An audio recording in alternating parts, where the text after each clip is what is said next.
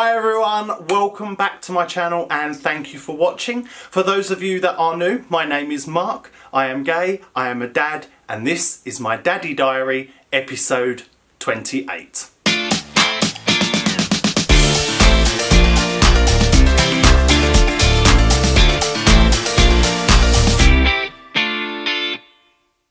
Sophie has just woken up and is looking so pretty today.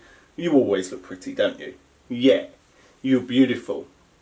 She looks particularly pretty in a little pink hearts number today, so I thought she could join the video with me. Now, those of you that followed the parental order process and watched our parental order day video will know that I said that after the court date, we would then just receive a new birth certificate with myself and Dad and Mark as the parents on the birth certificate. This week we received a letter from the relevant people, and rather than just send out a birth certificate, we had to call up and pay for another new birth certificate. Now, when I've spoken to other people about their parental order process, they literally just received their birth certificate in the post. So it would seem that they have changed that process slightly, because even our CAFCAS officer said, oh, we'll just receive a new birth certificate in the post, but we didn't. So it's more, I just wanted to let people know as an awareness thing. So we've now ordered the new birth certificate, and hopefully that will be with us in the next 5 working days.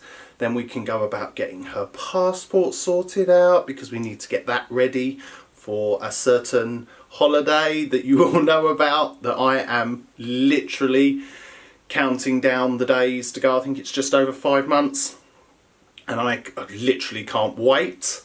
Now, myself and Dad and Mark have already been to Florida quite a few times, so we are very well versed in Walt Disney World and how it works, and the My Disney Experience app, and all the various bits and pieces that go into planning a Walt Disney World trip.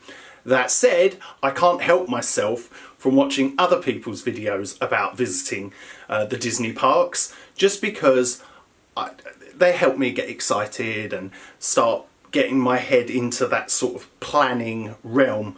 Because obviously with Walt Disney World, there's a lot of pre-planning involved, should I say, because you have to book things like fast passes and your dining reservations and all stuff like that. So yeah, I've been watching so many videos about other people's trips to Florida, and I'm going to pop some links down below if you're interested in looking at the amazing things you can do in Walt Disney World.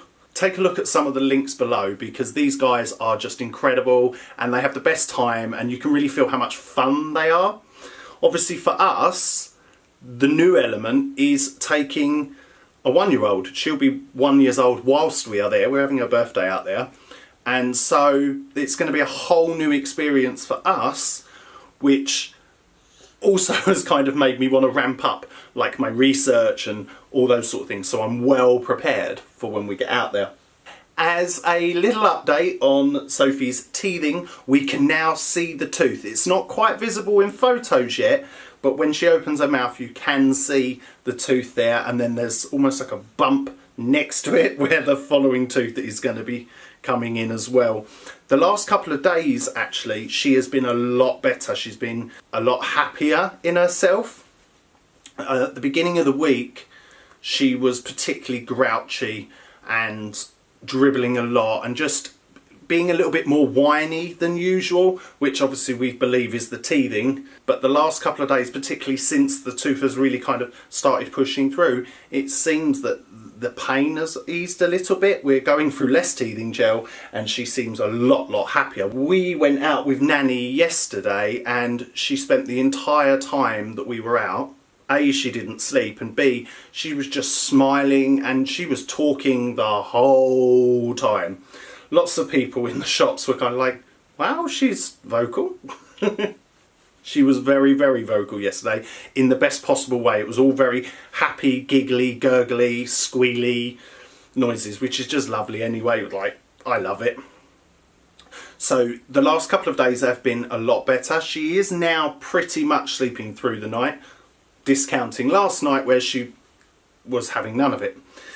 You just can't keep up.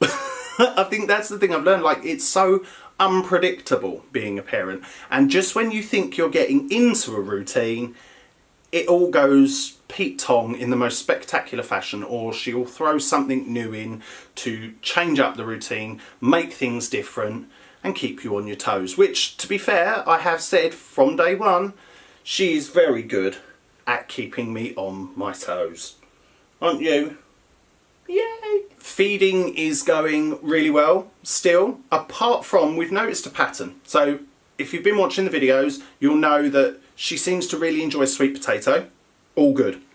She pretty much likes most vegetables. Until we try to give her fruit. I swear we might have a child that really doesn't like sweet stuff. She's just not that interested. Whenever I try to give her some fruit puree, she isn't interested. She clamps her mouth closed and really fights it. So obviously I'm not going to like completely force feed her. So she's just not interested in it. We've tried blueberries and apples. We tried mango. You know, there's quite a few different ones that we've tried now, and she just doesn't seem all that interested. We will persevere, of course, because having fruit and veg is really, really important. But yes, she just doesn't seem that interested. So I was curious to know at this stage whether any of you who have children, whether they started exhibiting signs about particular food groups that they're not fond of. I'm quite curious about that one. But beyond that, it's going really well. She's piling through the food. She seems to really enjoy it. But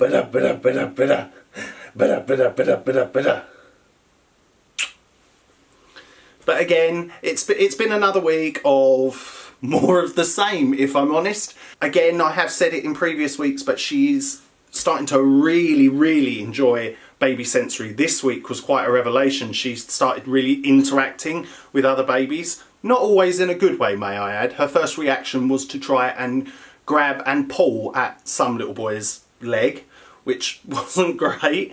I'm like, but then that's what babies do. But she seems a lot more engaged with the baby sensory classes, more so than ever. So that seems to be getting better week on week. And I will say she is starting to get very, very heavy on this arm, and she's wriggling around a bit. So I'm going to wrap it up there. Thank you again for stopping by and watching. Of course, if you've enjoyed the video, please press that like button, and if you want to see more from us, hit that subscribe button. I will see you next week. Until then, bye!